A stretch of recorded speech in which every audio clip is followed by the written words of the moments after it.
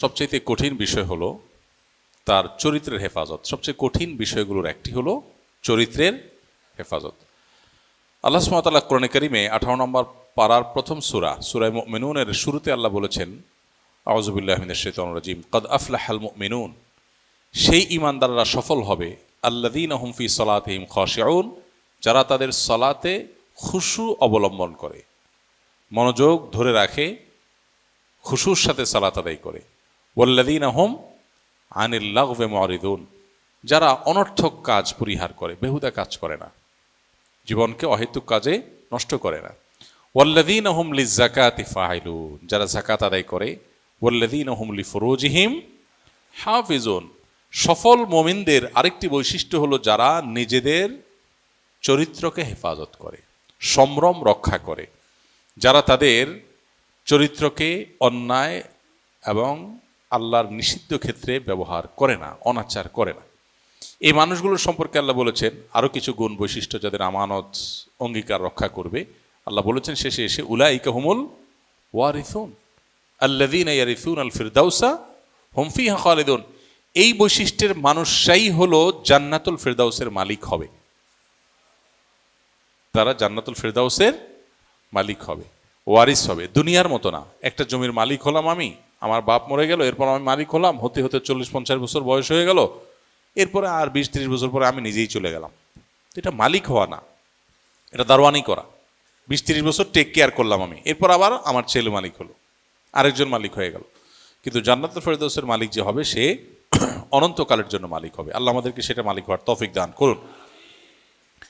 নবী করিম সাল্লাল্লাহু আলাইহি ওয়াসাল্লাম বলেছেন, মাইয়াদমান লিমা বাইনা লিহইহি ওয়া মা বাইনা রিজলাইহি আদমান লাহুল জান্নাহ, যে ব্যক্তি তার দুই চোয়ালের মধ্যবর্তী অঙ্গ অর্থাৎ মুখ, এটাকে নিয়ন্ত্রণ করবার দায়িত্ব নিবে এবং দুই পায়ের মধ্যবর্তী অঙ্গ অর্থাৎ তার সম্ভ্রম, ইজ্জত, চরিত্র, সেটাকে সংরক্ষণ করার, হেফাজত করার, অপাত্রে অননুমোদিত ক্ষেত্রে ব্যবহার করা থেকে বিরত রাখার দায়িত্ব যে নিবে নিজেরটা নিজে, নবীজি বলেছেন আদমান লাহুল জান্নাহ, আমি তার জান্নাতের দায়িত্ব নিলাম। সোজা কোনো কথা না ভাই, জান্নাতের দায়িত্ব নিয়েছেন নবী করিম সাল্লাল্লাহু আলাইহি ওয়াসাল্লাম। কার জন্য? যে নিজের জবান, এ মুখ দিয়ে হারাম খাবে না, হারাম বলবে না, আর তার ইজ্জত সম্ভ্রমকে হেফাজত করবে, অপাত্রে ব্যবহার করবে না। এমন কি কেউ যদি হস্তমৈথুন করে, সেও অপাত্রে ব্যবহার করলো, কারণ এটা অনুমোদিত পাত্র নয়। তো অনুমোদিত ক্ষেত্র ছাড়া কেউ যৌনাচার করে না, এইটুকুর কন্ট্রোল যদি কেউ করতে পারে নিজের ব্যাপারে এবং জিম্মাদারি নিতে পারে, তাহলে নবীজি তার জান্নাতের দায়িত্ব নেবেন ইনশাআল্লাহ। ভাইরা আমার, এমনিতেই নবী করিম সাল্লাল্লাহু আলাইহি ওয়াসাল্লাম আরো 1450 বছর আগে বলে গেছেন কি? তিনি বলেছেন যে আমার উম্মতের জন্য এর চেয়ে বড় কোনো ফিতনা আমি রেখে যাইনি। তিনি বলেছেন, মা তারাকতু বাদি ফিতনাতান আদাররু আলার রিজালি মিনান নিসা, পুরুষদের জন্য নারীদের চাইতে বড় পরীক্ষার কোনো বিষয় আর আমি রেখে গেলাম না। একজন পুরুষ দুনিয়াতে তার জন্য সবচেয়ে চ্যালেঞ্জের বিষয় হলো নারী ঘটিত ইস্যুতে সে নিজেকে পবিত্র রাখা, পরিচ্ছন্ন রাখা, তার চরিত্রকে কালিমা এবং কলুষ থেকে, হারাম সম্পর্ক থেকে মুক্ত রাখা। এটার মতো কঠিন কাজ, এর মতো কঠিন পরীক্ষা পৃথিবীতে আরেকটা নবীজি বলেছেন আমি রেখে যাইনি। এটা সেই সময়ের কথা। আর এখন আপনার যে ওপেন কালচার গোটা পৃথিবীতে প্রমোট করা হচ্ছে, গোটা পৃথিবীতে আজ যে মানুষকে বিভিন্নভাবে উন্মাদনা তৈরি করবার খুব বাজে একটা প্রচেষ্টা আমরা দেখতে পাচ্ছি, এই সময়টাতে নিজেদের চরিত্র হেফাজত করা সহজ না কঠিন? কঠিন। কেমন কঠিন? এটা এত বেশি কঠিন, নিজের চরিত্রকে হেফাজত করার মতো কঠিন আরেকটা কাজ আজকের পৃথিবীতে নেই। তাহাজ্জুদের নামাজ পড়া যত কঠিন, ভোর রাতে উঠে, 5 ওয়াক্ত নামাজ তো বটেই, ফজর নামাজ জামাতের সাথে পড়া যত কঠিন, এমনকি হালাল উপার্জন করা আজকাল যত কঠিন, সবচেয়ে কঠিন কাজগুলোর একটা হলো হালাল উপার্জন করা। এটা যত কঠিন, এর চাইতেও বেশি কঠিন হলো নিজের চরিত্রকে কি করা? হেফাজত করা। এই জন্য ডক্টর খন্দকার আব্দুল্লাহ জাহাঙ্গীর রহমতুল্লাহ আলাইহি বলতেন যে, তিনি তার কথা বলতেন যে আমার মতো দাড়ি পাকা বুড়ো মানুষ 5 ওয়াক্ত নামাজের পাশাপাশি তাহাজ্জুদের নামাজ, নফল নামাজ পড়ে আল্লাহকে খুশি করা আমার জন্য যতটা কঠিন হবে, তোমরা যারা যুবক আছো শুধু যদি একটা চ্যালেঞ্জ নাও যে আমাদের চরিত্রে কোনো কালিমা লাগতে দেব না, এবং তুমি যদি সাকসেস হও তাহলে আমার চাইতে তুমি সফল হয়ে গেলে। আমার তাহাজ্জুদের চাইতে শুধু তোমার চরিত্রটাকে হেফাজত করা বেশি উত্তম হয়ে গেল। এই জন্য এই চ্যালেঞ্জটা আমাদের নিতে হবে। ইমানদার সে নিজেকে নিয়ন্ত্রণ করবার সক্ষমতার অধিকারী হতে হবে। ঢিলা মানুষ কখনো ভালো ইমানদার হতে পারে না। ঢিলা মানুষ মানে যেখানে দেখলাম সেখানে কাত হয়ে গেলাম, বুঝেন নাই? কোন সৌন্দর্যের প্রতি আকৃষ্ট হয়ে ওখানে বায়াত হয়ে মুরিদ হয়ে নিজের ইমান আমল তাকওয়া সব ভুলে গেলাম, এটা ঢিলা মানুষের লক্ষণ। আর টাইট সিরিয়াস মানুষের লক্ষণ কি? না, এটা আমার জন্য অনুমোদিত না, বিধে আমি আমার নিজের নজরকে হেফাজত করব। আল্লাহ শিখিয়েছেন কুল্লুল মুমিনিনা ইয়াগুদ্দু মিন আবসারিহিম ওয়া ইয়াহফাজু ফুরুজাহুম। হে রাসূল, বলে দিন ইমানদারদেরকে তাদের চোখগুলোকে যেন হেফাজত করে, অপাত্র যেন না দেখে। যেটা দেখলাম সেকে ফেলফেল করে তাকায় থাকলাম, ওরে বাবা এত সুন্দর, এরপর তাকে মনে মনে মন কেলা খাইলাম, মনে মনে বাজে চিন্তা করলাম। ঢিলা মানুষের কথা, যেখানে যা দেখে সেটা দেখে পাগল হয়ে যায়। আর ইমানদার তার চরিত্রকে সে হেফাজত করার জন্য সঙ্গ, নো, এটা আমার জন্য অনুমোদিত না। চোখের এরিয়াতে আমি আঁচ করতে পেরেছি যে এমন কিছু এসেছে যেটা আমার জন্য দেখার অনুমোদন নেই। কেন শরীয়ত দেখতে নিষেধ করেছে? কেন নিষেধ করেছে? অনেকে মনে করে এটা বাড়াবাড়ি, না বোঝার কারণে, তারা দিনকে না বোঝার কারণে আমাদের অনেক ভাইরা মনে করেন এটা বাড়াবাড়ি। না ভাই, এটা বাড়াবাড়ি না, এটাই বাস্তবতা এবং এটাই বাস্তবসম্মত, এটাই যথার্থ। কারণ মানুষের চোখ হলো একটা দেশের যেরকম বর্ডার থাকে, মানুষের চোখ হলো মানুষের শরীরের বর্ডারগুলোর মধ্যে অন্যতম। এই বর্ডার যদি নিয়ন্ত্রণের বাইরে চলে যায় তখন রাজধানী কলব নিয়ন্ত্রণের বাইরে চলে যায়, মনোজগৎ নিয়ন্ত্রণের বাইরে চলে যায়। চোখ দিয়ে যা দেখে মনে তাই মানুষ কল্পনা করে।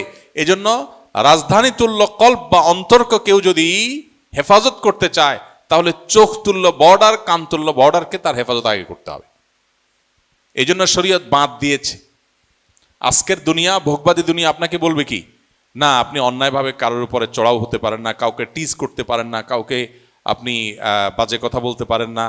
হ্যাঁ, খুব ভালো কথা, এই কথাগুলো ভালো, কিন্তু মুশকিল হলো এমন কালচার প্রস্তুত করে রাখা হয়েছে, ডেভেলপ করা হয়েছে যে তাকে চতুর্দিক থেকে উন্মাদনা তৈরি করার জন্য যা লাগে সব ব্যবস্থা করা হচ্ছে তার জন্য, আবার বলা হচ্ছে না খবরদার নিজেকে নিয়ন্ত্রণ করতে হবে।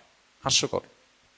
আর ইসলাম বলে তুমি তোমার চরিত্র হেফাজত করো, তারও আগে নিজের চোখের হেফাজত করো, কারণ চোখের হেফাজত করতে না পারলে তোমার চরিত্র হেফাজত করা সম্ভব হবে না। এই জন্য আমাদের ভালো মুসলমান আদর্শ মানুষ হওয়ার জন্য নিজের চরিত্র এবং সম্ভ্রমকে হেফাজত করার সংকল্প করতে হবে, চেষ্টা করা যাবে না ইনশাআল্লাহ। ইতিপূর্বে যদি কারোর চরিত্রে কোনো কালিমা লেগে গিয়ে থাকে তাহলে আল্লাহর কাছে তওবা করলে আল্লাহ মাফ করবেন, কিন্তু এই শর্তে তওবা হবে খাঁটি তওবা। খাঁটি তওবার লক্ষণ কি? যে আমি কখনো ওই পাপের ধারে কাছেও আর যাব না।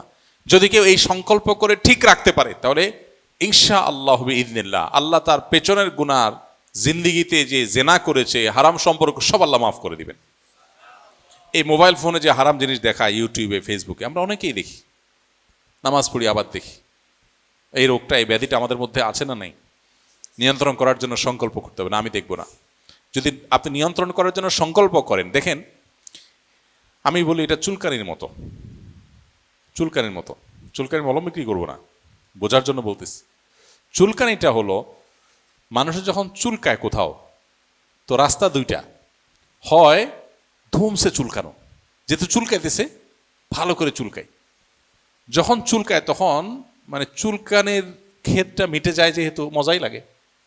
বাট আফটার চুলকানি জলে, জলে কিনা খুব জলে রক্ত বের হয়ে যায়, জ্বালা পড়া হয়, তাই না? আর যদি চুলকানের জায়গাটাকে খুব জোরে সোরে না চুলকায় বরং একটু ডলে ডলে কোনো রকম এটা দমায় রাখা যায় তাহলে ওই চুলকানির মজাটা পাওয়া যায় না ঠিক, কিন্তু জ্বালা পোড়া হয় না। এখন কেউ যদি মনে করে না, ইউটিউবে আমি একটা দরকারি জিনিস দেখতে ঢুকছি, তার আশেপাশে যত বেদরকারি বেহুদা জিনিস আছে, যত হারাম জিনিস আছে, একটাও ছাড়বো না, কারণ আমার চুলকায়, অতএব চুলকানি মিটাইতে হবে। এখন মিটাইতে গিয়া তার কি আসলে জ্বালা কমবে না বাড়বে? বাড়বে। কিভাবে বাড়বে? যখন দেখে তখন মনে মনে কল্পনা করে ইস, কিন্তু ইস করে তো লাভ নাই, তখন কি হয় বলেন, পরের চ্যাপ্টারটা বলেন না কি হয়। ওটা যখন চোখের আড়ালে চলে যায়, আল্লাহ রাব্বুল আলামিন আমাকে যে নারীর সৌন্দর্য দেখতে নিষেধ করেছেন। আল্লাহ নিষেধ করেছেন কেন? আল্লাহর কোনো লাভ আছে? আমাদেরকে বাঁচাবার জন্য নিষেধ করেছেন। আল্লাহ জানেন যদি আমরা দেখি তাহলে দেখার পরে মনে মনে অস্থিরতা বাড়বে, আমাদের ঈমান আমল নষ্ট হবে, আখিরাত ধ্বংস হবে, দুনিয়া ধ্বংস হবে। এখন দেখার পর, সৌন্দর্য কারোর অবলোকন করার পর, হারাম অপাত্রে দৃষ্টি দেওয়ার পর তিনি চোখের আড়াল হয়ে গেলেন। এবার আপনার মনের ভিতরে জ্বালা শুরু হবে কি হবে না? আর যদি আপনি না দেখতেন, যদি আপনি না দেখতেন, আঁচ করতে পেরেছেন যে এরকম কিছু চোখের দৃষ্টি সীমানার মধ্যে এসেছে, আমি দৃষ্টিকে অবনত করে ফেললাম। আল্লাহ বলেছেন কুল্লিল মুমিনিনা ইয়াগুয্যু মিন আবসারিহিম, ইমানদার পুরুষদেরকে বলে দিন তারা যেন তাদের চোখকে অবনত করে। যদি আমি চোখটা অবনত করে ফেলি এবং তার দিকে আমি দৃষ্টিপাত যদি না করি, তাহলে কি হবে? ওই যে চুলকানির মতো, তখন একটু কষ্ট হবে, কিন্তু সাথে সাথে একটা হাদিস আছে, কেউ যদি হারাম পরনারীর দিকে দৃষ্টিপাত করবার সুযোগ পায়, এরপরে সে যদি না দেখে, আল্লাহ তাআলা তাকে সাথে সাথে একটা ঈমানের স্বাদ আস্বাদন করার তৌফিক দান করেন। যদিও এই হাদিসের সনদকে মুহাদ্দিসরা অনেকে দায়ীফ বলেছেন, কিন্তু এটা পরীক্ষিত বিভিন্নভাবে যে যদি সাথে সাথে কেউ নিজের চরিত্রকে হেফাজত করে, তৎক্ষণাৎ এবং নগদ আল্লাহর পক্ষ থেকে যে নেয়ামতটা আসে সেটা হলো ঈমানের স্বাদ অন্তরে আস্বাদিত। অর্থাৎ সে যে হারাম এবং অপাত্রে দৃষ্টি করলো না, অপাত্রে যে দৃষ্টি করলো না, দিল না, এজন্য সাথে সাথে কিছুক্ষণ পর যখন তার চোখের আড়াল হয়ে যায় সে, তখন তার কাছে ভালো লাগা কাজ করে। আলহামদুলিল্লাহ, আমি আল্লাহর একটা নির্দেশ রক্ষা করতে পেরেছি। আল্লাহ আমাদেরকে তৌফিক দান করুন।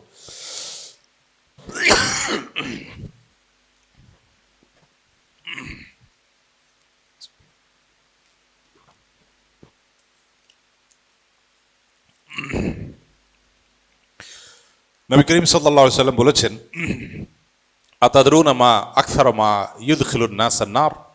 ক্বালু আল্লাহু ওয়া রাসূলুহু আ'লাম। ক্বাল আল ফামু ওয়াল ফারাজ। নবীজি বলেছেন সাহাবীদেরকে,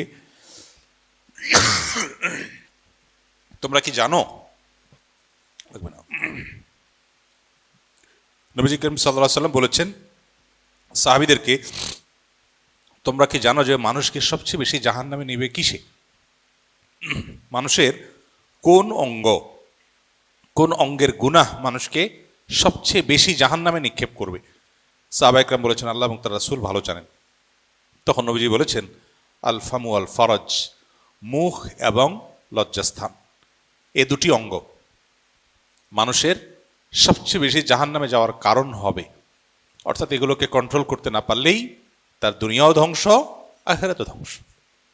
এই জন্য ভাই আমাদের নিয়ত করতে হবে ইনশাআল্লাহ আমরা ইউসুফ আলাইহিস সালামের চরিত্রের অধিকারী হওয়ার চেষ্টা করব ইনশাআল্লাহ।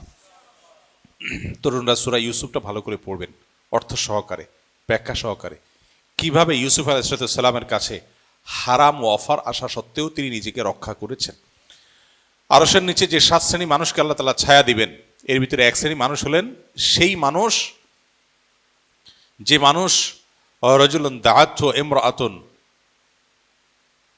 যাতু মানসাবিন ওয়া জামাল, যে পুরুষকে কোনো সুন্দরী এবং সম্ভ্রান্ত নারী হারাম রিলেশনের অফার করবে, প্রেমের প্রস্তাব দিবে, অবৈধ সম্পর্কের, হারাম সম্পর্কের অফার করবে, আর সে বলবে ইন্নী আখাফুল্লাহ, আমি আল্লাহকে ভয় করি। এই কথা যে বলতে পারবে, অর্থাৎ হারাম অফারকে যে ডিনাই করতে পারবে, নিজেকে নিয়ন্ত্রণ করতে পারবে, আল্লাহ তাআলা তাকে কিয়ামতের ভয়াবহতম দিনে আরশের নিচে ভিআইপি প্যান্ডেলে ছায়া দান করবেন। তো এই জন্য ভাই এই চ্যালেঞ্জটা নেব তো ইনশাআল্লাহ। সকল ভালোবাসা এগুলো নিজের স্ত্রীর জন্য আমরা জমিয়ে রাখব। আজ ঘরে ঘরে যে অশান্তি, এর অন্যতম একটা কারণ এটা ভালোবাসার যেখানে সেখানে বিলিয়ে এরপর দরকারের সময় পুঁজি দিয়ে টান পড়ে। অজাগায় অপাত্রে বিলানোর পর যখন দরকার হয় তখন পুঁজি থাকে না, তখন অভিনয়, নাটক, শুধু SMS-এ আই লাভ ইউ লেখা তো চিরা ভিজে না, ভেতর থেকে তো আসে না আসলে।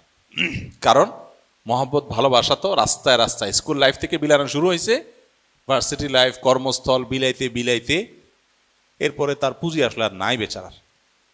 এরপরে বাকি জীবন শুধু নাটক, অভিনয় করে প্রেমের, ভালোবাসার কয়দিন টিকে সংসার? এই জন্য তুলনামূলকভাবে দেখবেন হুজুরদের যত দোষ দেন, যত ত্রুটি বলেন না কেন, অন্তত বউয়ের সাথে সম্পর্কের ক্ষেত্রে বা তালাকের হার কম হওয়ার ক্ষেত্রে আলেমরা হুজুররা একটু হলেও আগায়া থাকে। যদিও লেবাসে পোশাকে হুজুর আজকাল ঘরে ঘরে, রিয়েল হুজুর যদি হয়, সত্যিকারের দিনদার মানুষ যদি হয়, তাহলে তার চরিত্র হেফাজতে রাখা সহজ হবে এবং তার সুফলও সে পাবে, দাম্পত্য জীবনে সে সুখীও হবে। আল্লাহ আমাদের সে রিয়েল এবং সত্যিকার ভালো মানুষ হওয়ার তৌফিক দান করুন। তাহলে গায়ে গতরে ইমানদার হওয়ার পাশাপাশি, গায়ে গতরে মুসলমান হওয়ার পাশাপাশি